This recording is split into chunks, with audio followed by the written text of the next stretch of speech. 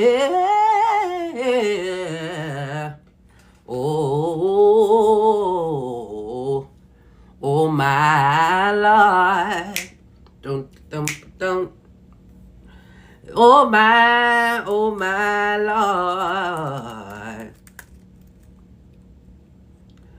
Yeah. Sunflower Rose, Decoya, how y'all doing? Come on in the room. Come on in the room. Yeah. Come on, come on, come on, come on. Come on in the room. Yeah. How y'all doing? How y'all doing? Hope you guys are doing well. We finna get into something so special to me. I'm so excited. You doing well? That's what's up. I'm so excited. I would play a song, but I'm probably gonna load this. What's up, the only Ryan? G honey, I'm probably gonna load this on YouTube afterwards. So I don't want them flagging me for anything. So, but fam, we're gonna do metaphysical Bible study by way of really looking at. I'm doing good, Lady Jaguar. I'm about looking at gospel music. Like I want to invite into this conversation, deconstructing gospel music, and we'll use this metaphysical Bible study to do that. If that's okay with you, give me a thumbs up. Give me a thumbs up if that's okay with you. And I'm going to go. If anything, I want to explain to you the importance of this. So, welcome everybody. Welcome in the room. We are doing some deconstructing over here. And I'm excited. I'm just pulling up some lyrics here. And morning. Is it Low Beauty? How are you today? How you doing? Tara, Samaya, Susie, Benjamin, Benji, Flowers, Cantu, this six. Did I say that right?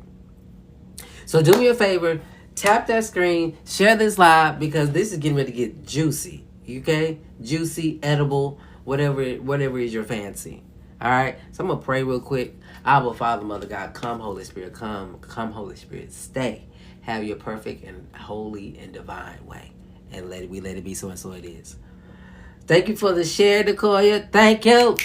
Thank you. Thank you for the share. Low Beauty, thank you. Thank you. Thank you for the share. Thank y'all, family. Your shares means a lot, as well as your likes. That just lets TikTok know that we are here. We are here. We want more people to be in the room, more people that need this healing, that need this conversation.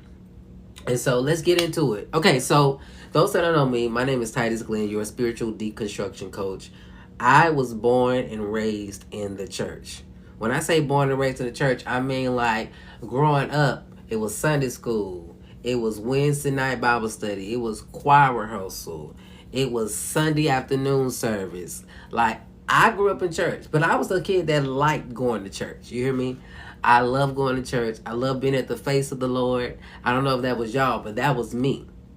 And so, in my healing journey, what's up, Yvette? Batman? In my healing journey, I have been really working through being triggered by churchdom or church things, or even the word Jesus at one point was a trigger word. God, for that matter, was a trigger word, because I was like, God, like, what is that right now? And so if you ever been there, then I'm praying that this work that we're doing right now will support you on your healing journey, right?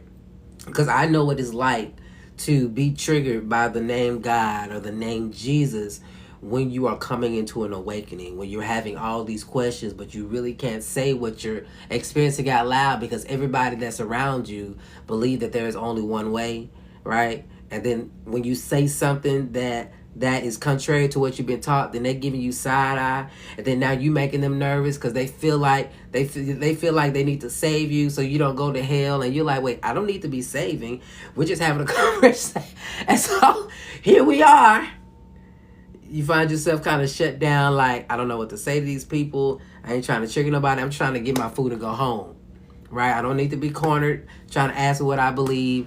Like, I don't need none of that. And so here we are. Excuse me, fam.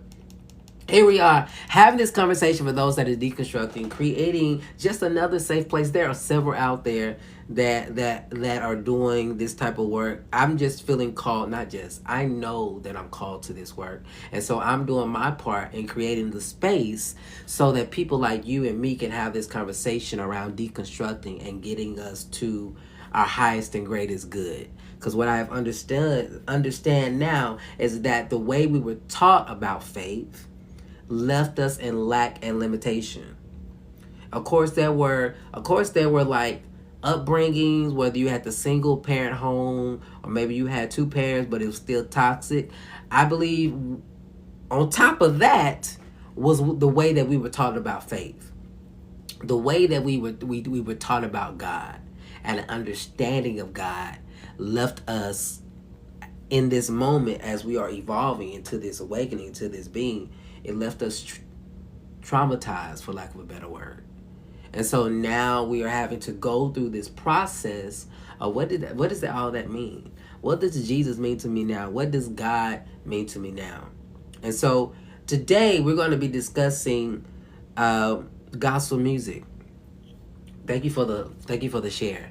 And what really called me to this moment is because I know as a worship leader for over 20 years the power of music. The power of music, and the very, very much so how music has impacted the church on so many levels. And something to really consider is that it's not just the preaching and the theology of these messages that we're wrestling with, but we're also wrestling with the music. We also wrestling with the music because the music was used as a tool to support the message. Ooh. Let's say that again. The music in our churchdom was used as a tool to support the message. And when you really start to really start thinking about it, starting to research just the power of music, you'll discover music has a way of shifting your mood. Music has a way of changing how you feel. Shifting your mood is the same thing. It also has a way of angering you, getting into your feelings so you can journal. It provides sentience in a way. Sentience. I'm gonna have to look this up. This is the AST word. But music, but I think I know what you're saying. Thank you for your contribution to this space. But music, scientifically, is so powerful. And so I typed up some notes, and I want to talk about this because yes, it provides a feeling. Yes, music it evokes a feeling. Yes. Is it Kier? I want to make sure I'm saying your name right. Music invokes a feeling, and when you connect these emotions with feelings, emotion, when you invoke this energy on top of theology, it goes into, yes, it becomes an emotional attachment. Y'all taking the words out of my mouth. So this is why this stuff has to be looked at. And I went in and I took some notes because I understand that as a spiritual deconstruction coach, and as we do this spiritual deconstruction work, I understand as a coach and as a student who's becoming a counselor. I'm getting my master's in counseling. I understand and know that we cannot heal what we are unwilling to feel. Let me say that again. We cannot heal what we are unwilling to feel. And for a lot of us gospel lovers, when we were unpacking and really trying to figure out who God was to us, the music left, let me see, me personally, it left me triggered. But I have found healing as I have gone back into these songs to really reword, revamp, re-implement what they mean to me now, to dismantle the triggers, to dismantle and rewire my brain so that I can move forward. Because again, you cannot heal what you are unwilling to feel. And music, gospel music, invoked a lot of emotion. And if we're unwilling to go back and sit with it, reinvestigate it, then I believe that we block areas of our life that we could be healing from to attract the things that we desire. Am I making sense? So let's just talk about it. And I'm gonna read from an article. I'm gonna go until 10:30, okay? Oh, thank you, Coco. I appreciate that. So let's talk about it, okay? So the idea, you can't heal what you don't feel. Here we go. Healing requires emotional engagement. Many individuals' spiritual and emotional wounds stem from feelings they associated with gospel music or whatever religious music you had during pivotal moments of their lives. So just think about you going through something and a song comes on, a song sang by a choir, it evokes an emotion and you feel better. So now to what you were saying earlier, I can't remember who said it. There is an emotional attachment by way of your experience of what you encountered in that moment. Woo! And when you try to unpack it, it can leave you in a way of not wanting to deal with it, or how do I navigate what this means to me now? Okay, and just to elaborate a little bit more, gospel music often served as a conduit for connection, whether to God, a higher essence, or a collective spiritual experience. These songs triggered profound emotions, feelings, which may have been tied to religious teachings that left lasting imprints on the psyche. Just as something to sit with. By revisiting these feelings, right, we can start to unpack the beliefs and experiences they were tied to. I believe somebody said in one of my lives, they were talking about combative therapy. Like facing those things that trigger you so that you can heal. All right, I'm gonna say this and then we'll see if we can get into the song. Religious trauma and angst was brought in by music that connected us to feeling, right?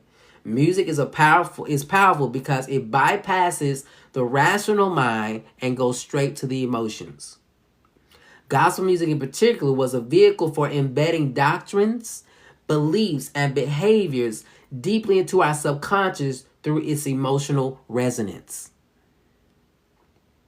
And I would just not add gospel music, but just the music that was attached to your faith and the doctrine. Because music, again, is a powerful tool. Because it bypasses the rational mind and goes straight to the emotions. Gospel music, religious music, however you want to define it in particular, was a vehicle for embedding doctrines, beliefs, and behaviors deeply into our subconscious through its emotional resonance. And this is why the opportunity is here for us to unpack and revisit these songs so that we can rewire, we can lean into what it once was to reimagine what it can be now. Okay? So, this is what this is about. This is about feeling it, renaming it, and repositioning what the songs mean to us. We have to rewire ourselves as we evolve and move through. And this supports you in not throwing what used to take you in away, because it still can be used as a tool. Okay? Still can be used as a tool. Are y'all with me? Continue to tap that screen, share this live if you approve this message. Okay. So, let's get into, I pulled the article because it talks about how the music affects the brain. And I thought this was so good. Let me find it. And this is, I may have to pin this article in my bio, but it says the music remembers how music affects the brain. And it was a part in this article that says this: I believe science is finally beginning to validate what most of us have known instinctively for years. Music impacts our brain in a way that nothing else quite does. It elicits an emotional response from us. And since melody and rhythm are memory devices, it stays with us. The music remembers. And when that music takes the form of a song, the remembering is taken to another level. Why? Language is processed primarily in the left hemisphere of the brain, while melody is processed primarily in the right. So when you add words to a melody, you have the full engagement of the brain. Whew. This is why I was saying we can't just talk about the preaching and the speaking. We also have to address the music. Not only do the melody and the rhythm of a song help the listener remember the words, but the melody adds an extra layer of meaning to the words. This makes a song especially powerful in generating a response from the listener. In effect, a song is doubling down, not only using the power of words to communicate, but also using the power of melody to communicate those emotions and feelings that are beyond words. So, again, family, the unpacking that we're doing, yes, we're doing our studying, but I really believe that when you go back and sit with the music that was used to program us and really go through I say this is called getting dirty, but in a clean way, right? Getting dirty and going into these songs so that you can revisit what they meant and rename and reposture what they mean now. Okay. So, this makes a song especially powerful in generating a response from the listener. In effect, a song is doubling down, not only using the power, putting new meaning into the lyric, putting new meaning into the lyric connotation of the song. Because the melody is going to do what it do, but the doubling down comes with the content that's on the melody. Right? So reimagining and rewording and going to revisit the lyric connotation so that you can unpack. Am I making sense? This makes a song especially powerful in generating a response from the listener. In effect, a song is doubling down, not only using the power of words to communicate, but also using the power of melody to communicate those emotions and feelings that are beyond words. This is what I love. This is a nugget. This is a nugget right here. Additionally, music bypasses the frontal lobe, which is where you think with logic, and goes straight to the limbic system at the speed of light, fast tracking emotions. That's why you can be in a downer mood and suddenly you hear that song that reminds you of your favorite summer, and boom, there you are riding down the highway with the top down and the wind in your hair. So that's why, so when we talk about this stuff, when we talk about being in church and getting this high and going in and being at the mercy seat of Jesus in the throne room, and then now we're at an awakening to where the songs that brought us to this magical place, those songs are now the very thing that's keeping us out of the magical place. Am I making sense? Oh, that was good to me. I use your word, Lord Beauty. The songs that used to take us into that magical place, to that vortex, to that essence of God, are now the songs that we can't even listen to, that's keeping us out of that essence and that energy. And what I'm inviting here is to have a conversation as to how to still use these songs as a tool in order to get you into that place to where you can tap into the divine, to the God of your understanding. Am I making sense?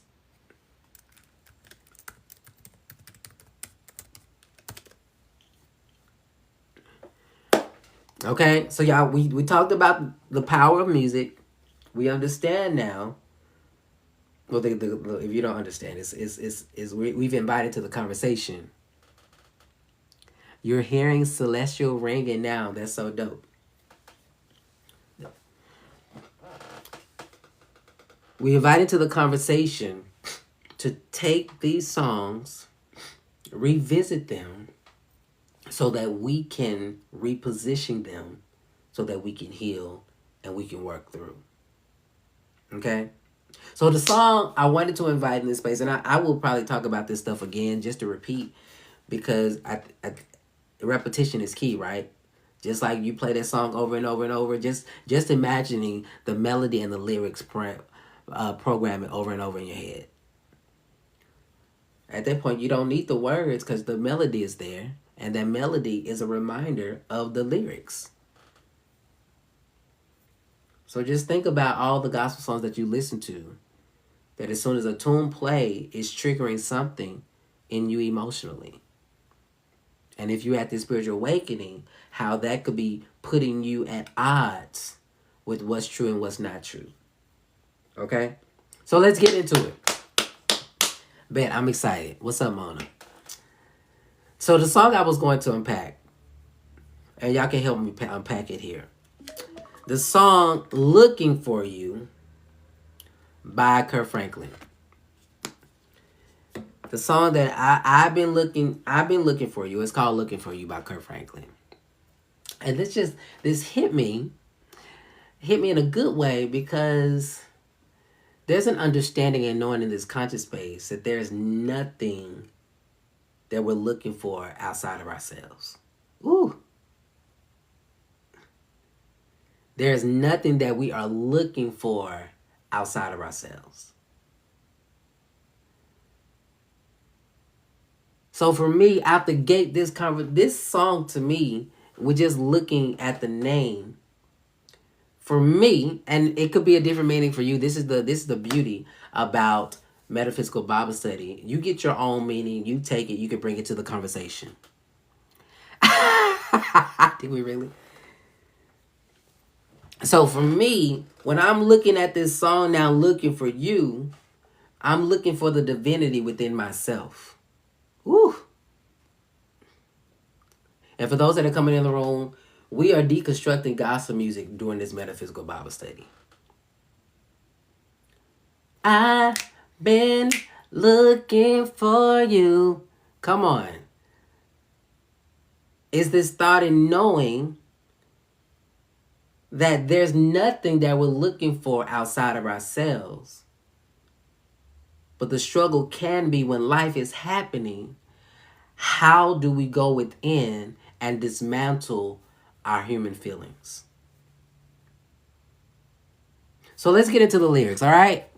I'm excited. Here we go. Lyrics. I've been down so long. I've been hurt for so long. There were times I thought I'd never see the break of day. It was hard for me to see your plan for me, and I tried to believe struggling won't last always. Can we run it back? I've been down so long. I've been hurt for so long. There were times I thought I'd never seen the break of day. It was hard for me to see your plan for me, and I tried to believe struggling won't last always. Like, so far, I like the positioning of this song, like creating the story, because I feel like this is a true statement. I think there's an awareness that we come to at some point in time. We was like, I've been in this too long. I think it brings to this idea that I'm seeing a pattern here. I'm seeing a pattern here. Why do I keep on creating this stuff? Why does this keep on coming up? Not putting anything on the exterior, but realizing that you are author and controller of your own universe. I've been down so long. I've been hurt for so long. I've been letting these things dictate to me how I feel. There were times I thought I'd never see the break of day. I thought I don't know if I could have really make it through this. How am I making through this? Why am I recreating this? And then this is the line I feel like we can really unpack. Because I feel like anytime we take the energy and put it outside of ourselves, it's something to really sit with, that inner knowing. It was hard for me to see your plan for me. I think it's an idea here that we can really sit with, how do I want to say it? Inviting into the conversation, it was hard for me to see what I really wanted. Whew.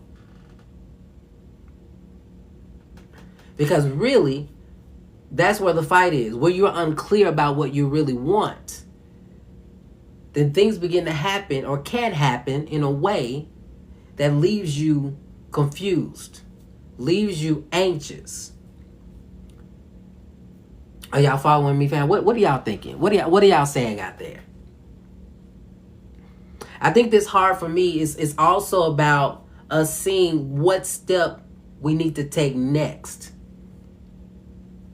Because I think it invites into the conversation, yes, the internal struggle. It invites into the conversation because I don't know what to do next, because I'm doubting myself, I'm creating more struggle. And in that, I'm trying to believe that it won't last always, but because intuitively I'm second guessing myself, I'm really creating this world of chaos. And then here, can we continue? Like this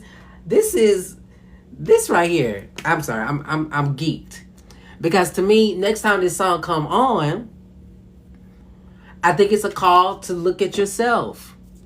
I think it's a call to say, okay, what is happening within me, and how can I change this? The words go on to say, see, night after night, I pray, Lord, don't take your joy from me. I think this is interesting, because there's an understanding in this conscious space that everything I am, God is. So they even invited to the conversation, I prayed, don't take your joy from me. Like, why would God want to take God's joy away from us?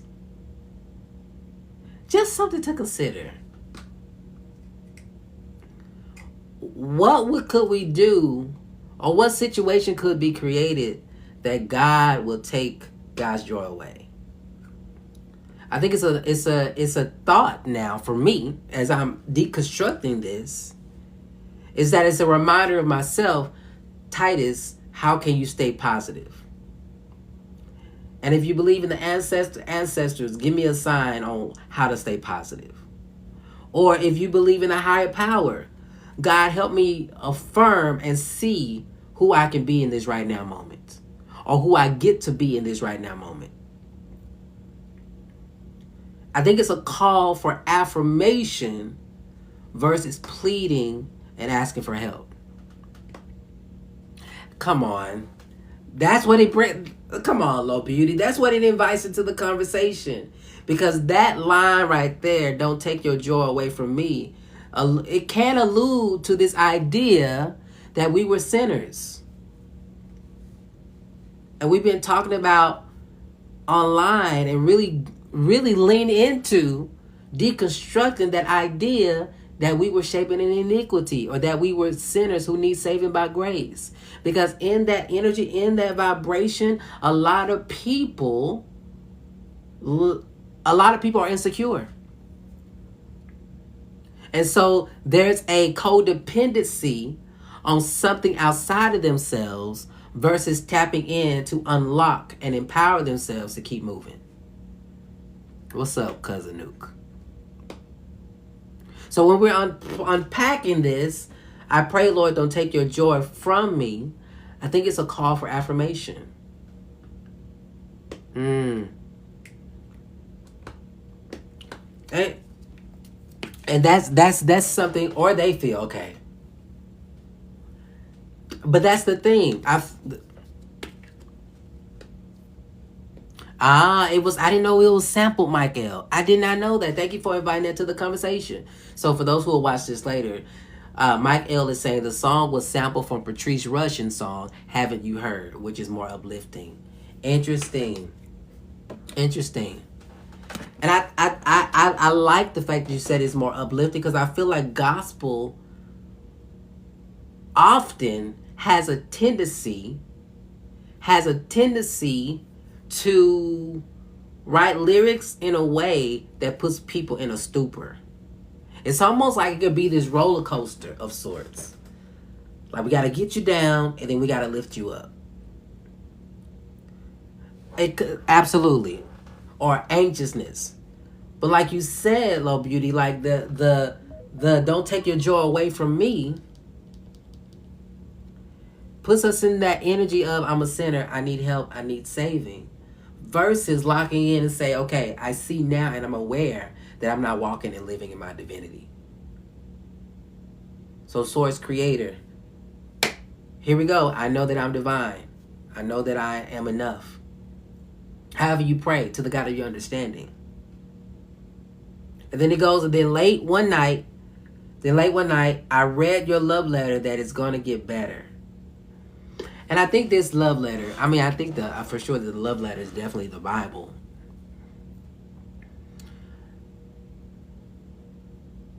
I think, again, it goes back to reading something that's inspirational.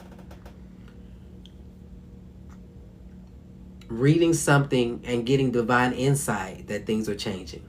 Shoot, I would even say in this conscious space, you pull a tarot card. Okay, sorry, I'm being really, really goofy. But you know what I mean? I read in your love letter that it's going to get better.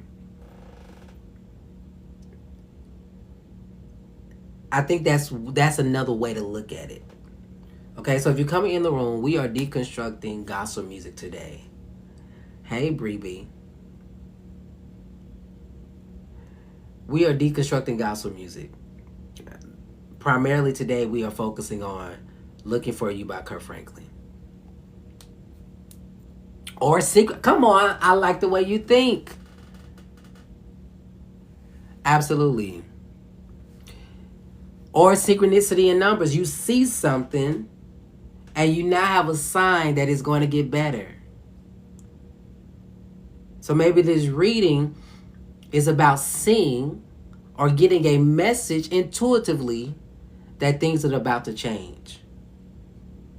But I feel like it goes back to the line, if instead of saying God or Jesus don't take your joy away, maybe writing it in a way that says, then I had a thought, or I changed my perception, and so I rock differently,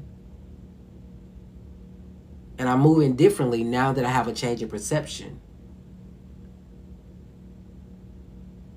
And then when I have this change of perception, I see a sign, or I start seeing numbers, or I put a reading for the day, and all of a sudden it's confirming what I'm feeling. How y'all feeling about this conversation? Is this helping? If it's helping. And those that are new here, hey, my name is Titus Glenn. I'm your spiritual deconstruction coach. And we are inviting into this conversation, deconstructing gospel music, because music has been used as a tool to support the theology that we were given. Yes, it's helping. Okay, cool. So, let's keep it moving. Your kind of conversation. I love it. So don't you know that I've been looking for you? I realized nothing else will satisfy me. This is a line right here. Because when you realize, first of all, we're already talking about you won't find the answer outside of yourself, right? So we say, I've been looking for you. We are actually talking about I'm looking for myself in its highest capacity. Because I realize that my higher self, or when I feel like myself, nothing outside of that will satisfy me. You see that? That made sense to me. And we're unpacking this together. Don't you know that I've been looking for you? Titus, I've been looking for you to come back to yourself. I've been looking for you to realize how powerful you are. And in that, it's not going to take a booty call. It's not going to take a friend. It's going to take an awareness of self to really lean and say, you know what, I can get out of this. With the help of my intuition, with the help of the God that is within me, I can get out of this. And I realize nothing. Yes, to sit down. Come on. Low Beauty, you was talking good. Low Beauty said to sit down and be still. That's what it's inviting into the conversation. I've been looking for you is a call to say, and invited to some instructions to say, sit your down, get still, and get clear so that you can find yourself. And in finding yourself, now you hear what you need to do next. And then it gets a little excitement, adds a little excitement to it, and says, I'm so glad I found you. Because the soul knows what it's looking for. Come on. The soul knows what it's looking for. Your spirit knows what it's looking for. And what you're looking for cannot come outside of you. It has to come from within. Now that I'm changed, no one can keep me away from you. Now that I'm aware that I must become a different person. Now that I'm aware that I must get still so I can learn how to trust my own intuition, nothing can keep me away from that. So if it takes solitude right now, come on, now that you allow the transformation to take place, nothing and anyone will no longer get in front of my transformation, because I am my first responsibility. I am my own responsibility. This is, you know what this is, Low Beauty? This is about ownership. That's what that's giving off. That's what that's giving off. Ownership. Come on, now that I'm changed, no one can keep me away from you. What can we call God to those who aren't ready to receive this message without their negativity? I would say we can call God love. Because God is love. That's what I would invite into the conversation. Don't you know I've been looking for you? This is juicy stuff right here. Come on, we can call it peace, absolutely. I've been looking for you. I've been looking for you and waiting on the opportunity that you become aware of who you are. Okay, can we higher self? Come on. Can we continue with the next to the next lyrical line? Because this right here, I heard this and I was like, I automatically went to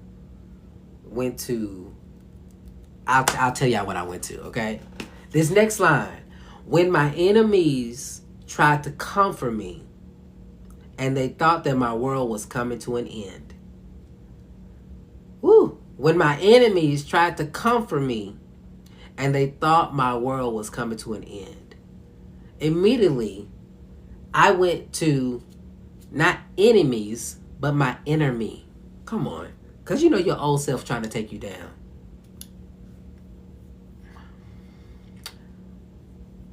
You know that your enemies, you know that your inner me, What you mean, CD?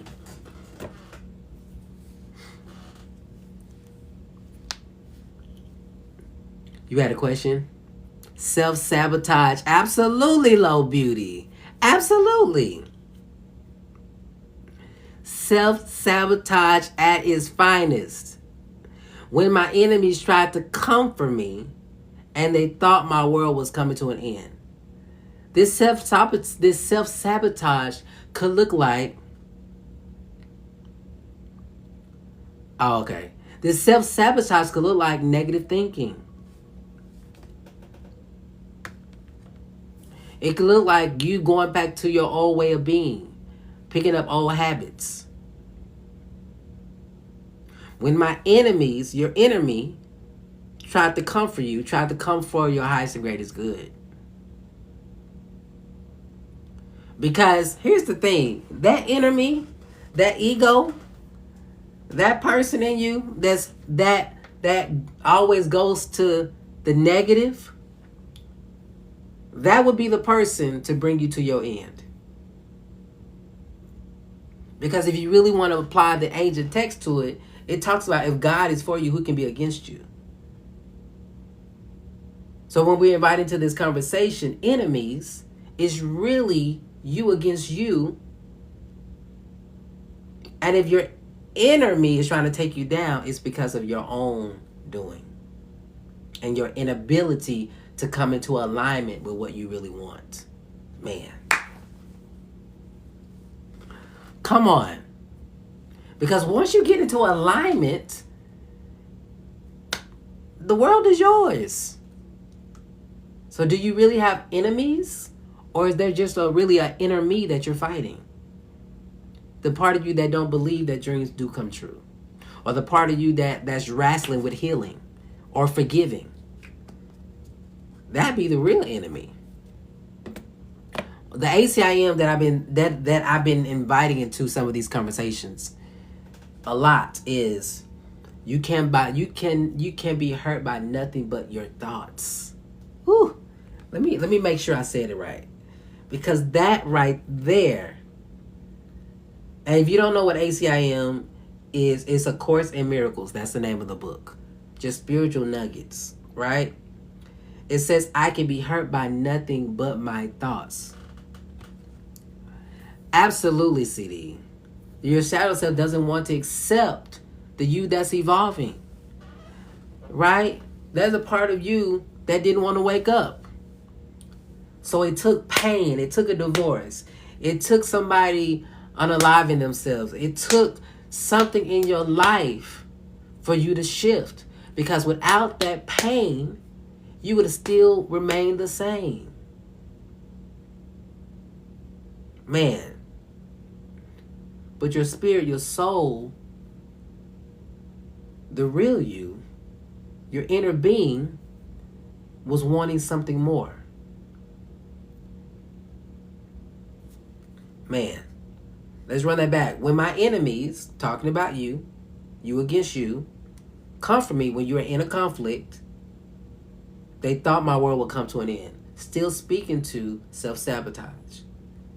And all the while you knew that I would make it through, I think it's more so about your higher self, your spirit knowing that you could come through if you actually align your positive thoughts, if you actually apply the action that you are intuitively feeling led to do. That's what's going to get you closer. Then it says, Jesus you are the sunlight after the rain. I like looking at Jesus as imagination in my awakening. I'm not saying that he wasn't a real person, but when I'm looking at the text metaphysically, right? Metaphysically, he can be looked at as the I am that I am made flesh, right? Or the I am consciousness, that higher self, right? But I think it's Neville Goddard says that Jesus is imagination. And I like this frame of thinking. Is higher understanding, absolutely. Because it says, Jesus you are, this higher understanding. Jesus you are, this imagination. This is the sunlight after the rain. Woo! When I can reimagine my circumstances and not dream myself into defeat. This is the sunlight after the rain. Man, this stuff excites me. Listen, absolutely, Jesus got me, so it's okay. And this is the thing that you work with when people still use the name of Jesus. You don't have to let it trigger you. You don't have to let it trigger you, because understand is received or given. I can hear that too, CD. I can hear that. I can hear that. And I think that's what she was saying, higher understanding, because it can be looked at as there's a different way of thinking. There's a different way of being. So I hear everything that you're saying, CD. I say pick what works for you. Because when we are, oh, that's what's up. Yeah, you don't have to react, because their understanding is their understanding. And your understanding, and some way to look at it, when we was being coached, like, what are you standing under? What are you standing under? Because that is your understanding. What is keeping you locked down? Come on. So when we get into this, Jesus you are, it can be looked at imagination you are, higher consciousness you are. You are the sunlight after the rain. Wherever you are, I just want to be near you. I'm so glad I can hear you. When you lean into your imagination and you begin to reimagine your circumstances, you will be amazed as how your whole mood can shift. Even just the thought that things can get better will shift your entire being. I was talking to Abraham Hicks. No, I wasn't talking to Abraham Hicks. I was listening to Abraham Hicks, and she was talking about a lot of times it's hard for people to go from defeat to always getting ready to be all right. No, or it's changing, right? But she was talking about how the work through and getting to it's going to be amazing would be, okay, do I want to feel like it's getting worse, or do I want to feel like it's getting better? And so if we start to get into the energy of this can get better, it is getting better, to, oh my goodness, things are turning. It helps you shift in this way. And in this way, we can see the sunlight after the rain.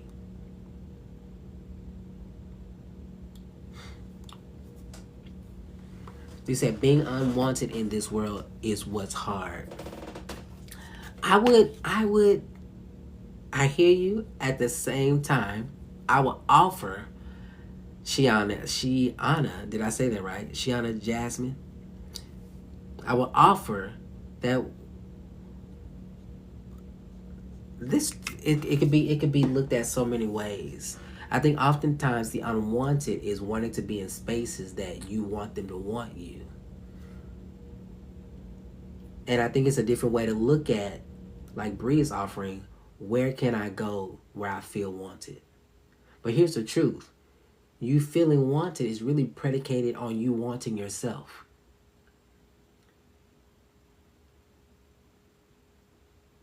Thank you for coming in. Perception is everything. Absolutely, Blackfire. So I would invite for you to sit with, do I like me? And if I don't like me, let me start there. Because when I like me, the things that I want me, and I find them easily. When I like me, the things I want finds me easily. Absolutely. So just something to consider.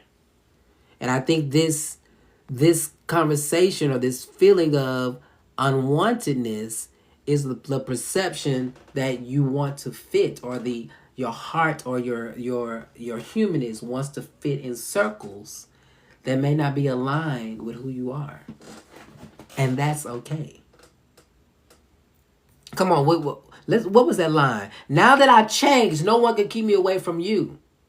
And if we relate this song, I've been looking for you, maybe it's a call to say, okay, what am I looking for in this new person I'm becoming? Because I want to love that person.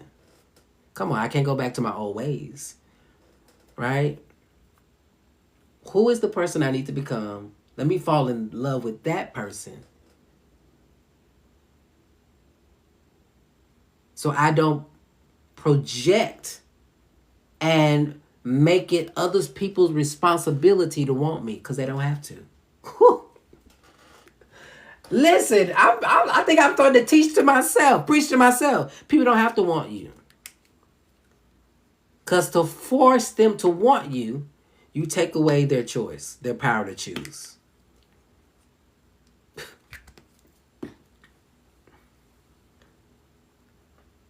So maybe it's working with wanting yourself, desiring yourself, and not making it others people's responsibility to want you.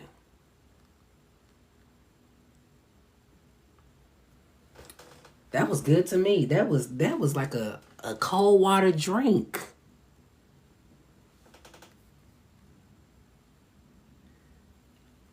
So when we get back into this conversation, I think is Shiana, Jasmine, is you're still in it, because this looking for you again is looking for you. I've been looking for you. And maybe your soul is asking, come on, come near. Like this is what you look like when you're whole. And maybe that is the conversation to start to having. Who am I? Oh, that's what's up, Bree B. Come on. Who am I?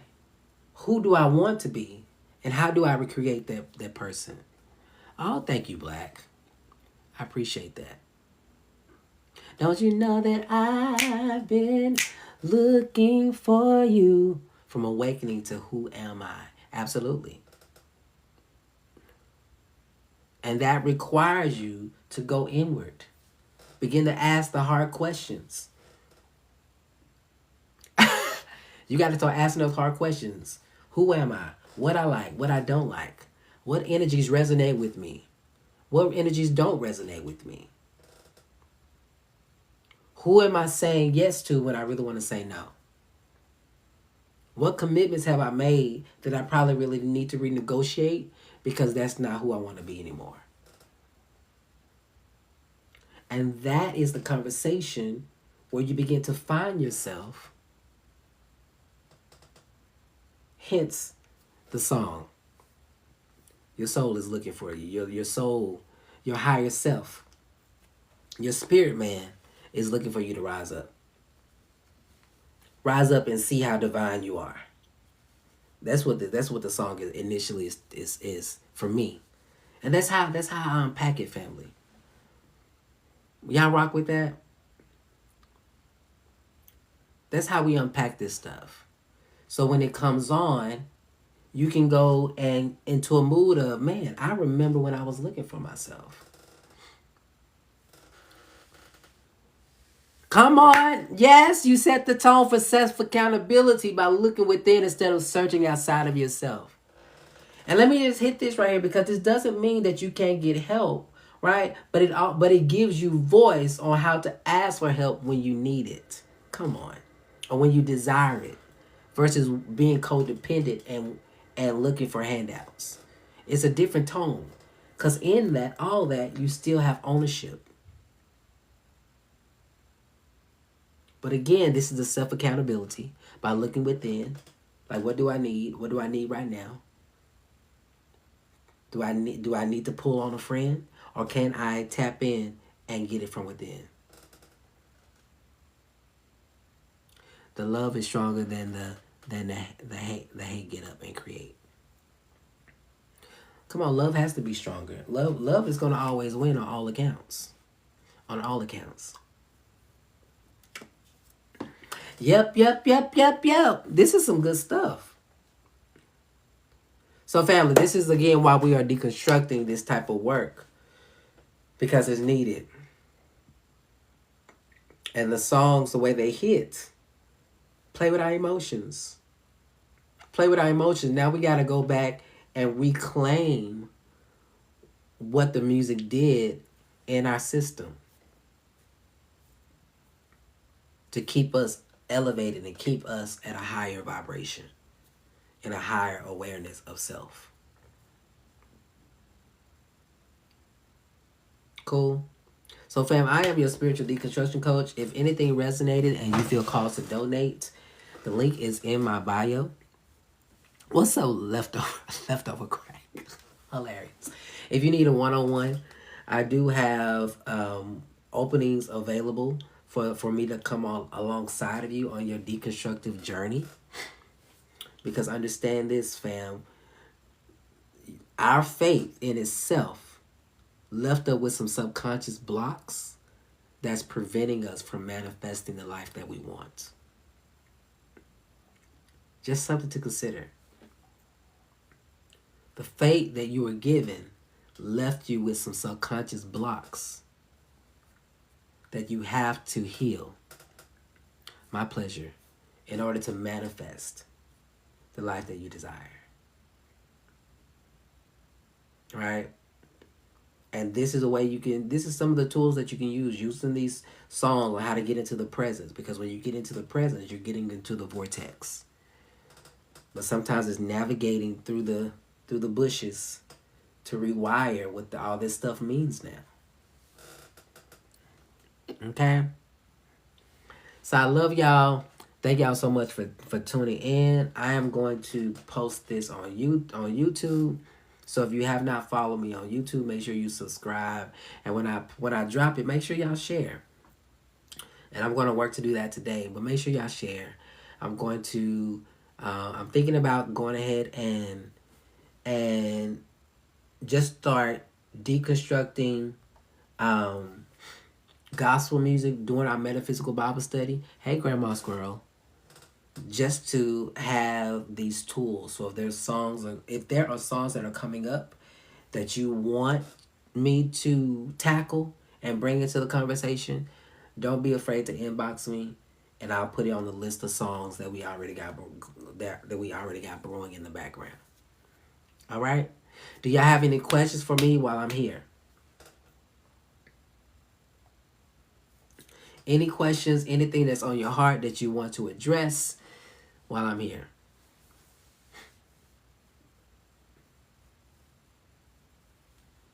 And while I'm waiting, just to make sure, again, just a few announcements. Friday, we are releasing some meditative music, as well as next week, we will start rolling out daily affirmations.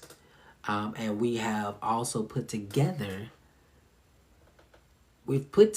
family, a deconstruction album, affirmational album.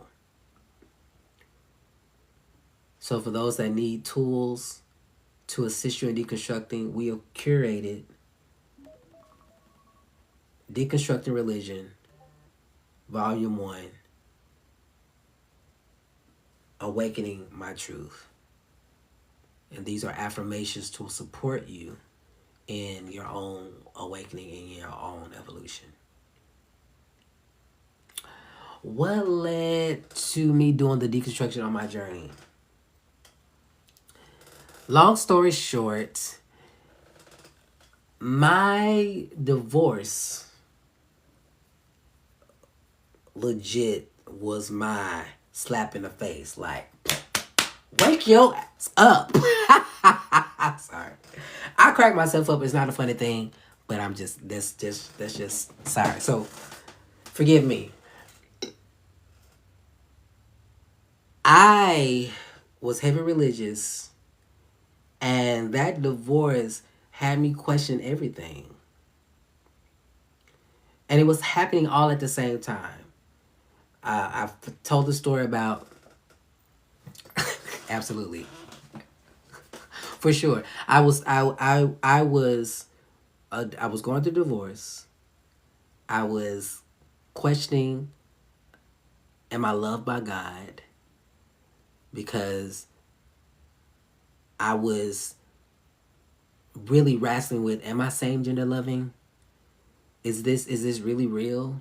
Like, God, why me? Like, out of all sins to give me, why this one? And so my deconstruction started there. Divorce, same gender loving, single black man who's been in church all my life. All I know is God. Like, hands down. I don't know why I'm getting a little emotional. But it's taking me to that place. Like, all I knew was God. Like I said, I was the kid that was worshiping and on his face. That was me.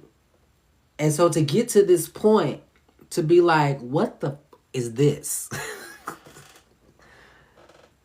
Like, I'm divorced.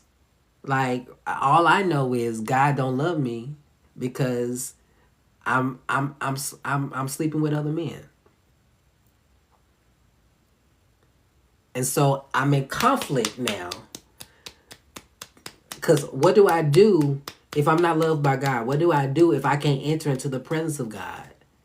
What if I do because I have this defect? There's something wrong with me. It won't go away. Why am I like this? And that pushed me into a place to figure out, what is all this about? And so, long story short, that's what led me there. Now, what's keeping me here is that what I have experienced is life-changing. Woo! Listen, I almost said, I think there was a tear that just came. Hold up. Woo! I caught that one. Ooh, okay.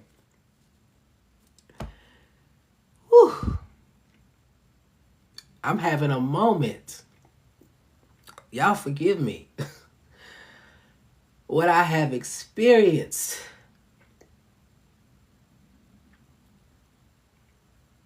is life-changing. To go from being unloved to feeling unloved. To go from not being able to feel like I could step into a church and be on my face before God.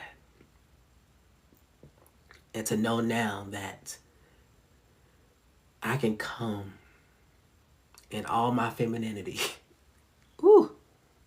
I can come in all my brokenness and know that I am enough.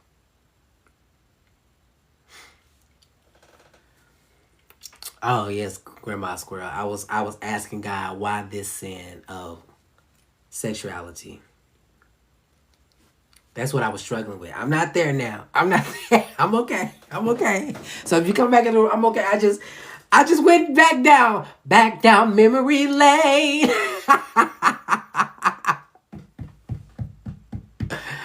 My mind went back because the question came into the room, what brought me to my deconstruction. And that is what brought me to this place of deconstruction. And then I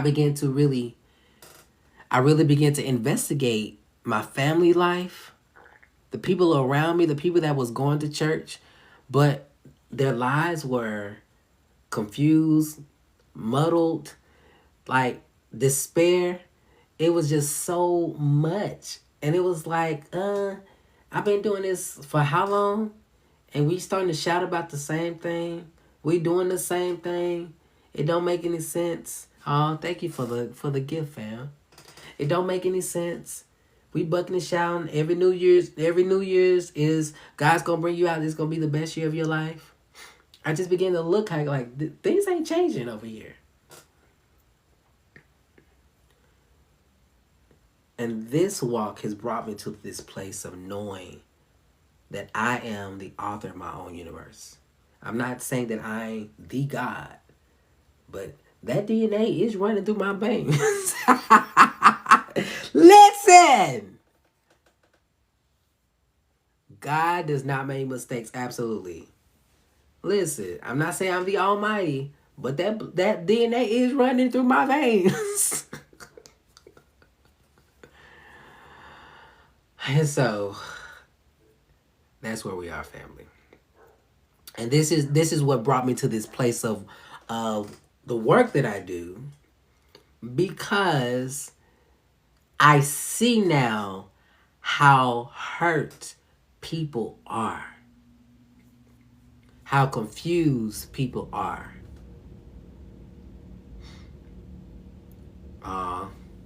Grandma Squirrel.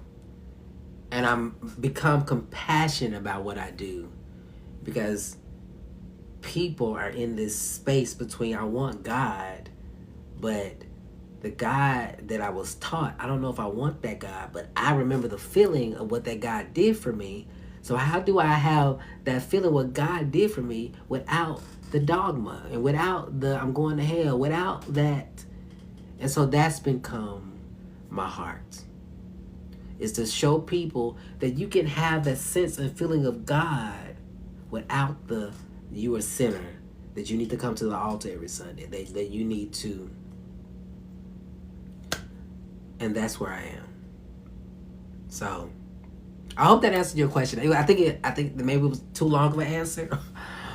But that's where I am, family. That's why I get up every morning to do this work, because I know people are looking for a safe place.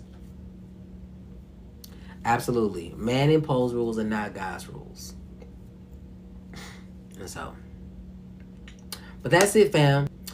I don't think I have anything else. I said all the announcements. Friday, be on the lookout for new music, and create reels with it. Share it. Yeah. So let's sing our song. Absolutely, but getting a group. I'm gonna say this in one, and we'll hop out. Grandma Squirrel, you're so right, and I feel like that is one of the most powerful things about having a church home is community. But now people are looking for different communities to where they can be themselves, and they can find themselves and have conversation like this, for sure. All right. So here we go. This is for you. Just in case you haven't heard it in a while. Hey. And just in case you really need to know. Just in case you haven't heard it in a while. Just in case you really need to know. Oh, I love you back. Hey, I love you. I love you. I love you back. Hey, I love you. I love you. I love you back. Hey, I love you. I love you. I love you back. I love you, fam. We will see you guys. I think we might come on later tonight to do some readings. So if you guys are down for that, I think I will be coming back tonight to hold space and to do some readings. Okay? How does that sound to y'all? All right? Good? Good. Love y'all. See y'all later.